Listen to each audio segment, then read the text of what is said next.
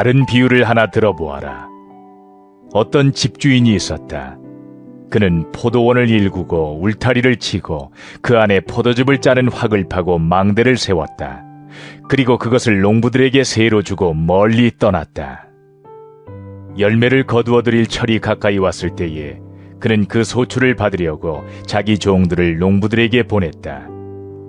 그런데 농부들은 그 종들을 붙잡아서 하나는 때리고 하나는 죽이고 또 하나는 돌로 쳤다. 주인은 다시 다른 종들을 처음보다 더 많이 보냈다. 그랬더니 농부들은 그들에게도 똑같이 하였다. 마지막으로 그는 자기 아들을 보내며 말하기를 그들이 내 아들이야 존중하겠지 하였다.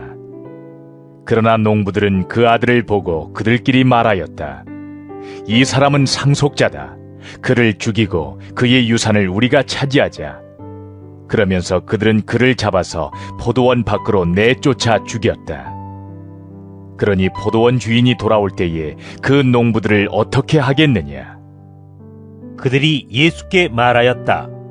그 악한 자들을 가차없이 죽이고 제때 소출을 바칠 다른 농부들에게 포도원을 맡길 것입니다. 예수께서 그들에게 말씀하셨다. 너희는 성경에서 이런 말씀을 읽어본 일이 없느냐? 집 짓는 사람이 버린 돌이 집 모퉁이의 머릿돌이 되었다. 이것은 주님께서 하신 일이요 우리 눈에는 놀라운 일이다. 그러므로 나는 너희에게 말한다. 하나님께서는 너희에게서 하나님의 나라를 빼앗아서 그 나라의 열매를 맺는 민족에게 주실 것이다. 대제사장들과 바리새파 사람들은 예수의 비유를 듣고서 자기들을 가리켜 하시는 말씀임을 알아채고 그를 잡으려고 하였으나 무리들이 무서워서 그렇게 하지 못하였다. 무리가 예수를 예언자로 여기고 있었기 때문이다. 지금 우리는 하나님의 지구에서 살고 있다. 지구를 일구고 울타리를 치고 그 안에서 열매를 거두며 다양한 삶을 살고 있다. 모두가 풍성한 삶을 누릴 수 있도록 지으신 세상임에도 불구하고 사회 속 불평등은 이제 한계를 넘어선 것 같다. 빈부의 양극화는 이제 더 이상 방치해두면 안 되는 시급한 과제로 떠올랐다. 본문에 나오는 포도원의 농부들도 그런 사회적 불평등의 상황 속에서 살고 있었던 것일까? 그들 포도원 농부들은 열매를 수확할 때가 되어 소출을 받으러 온 종을 때리고 죽이고 돌로 쳤다. 수확이 적어 그들이 먹고 누릴 것도 없는데 소출을 받으러 와서일까? 포도원을 자신들이 소유하고자 했던 이유에 대한 설명은 없다.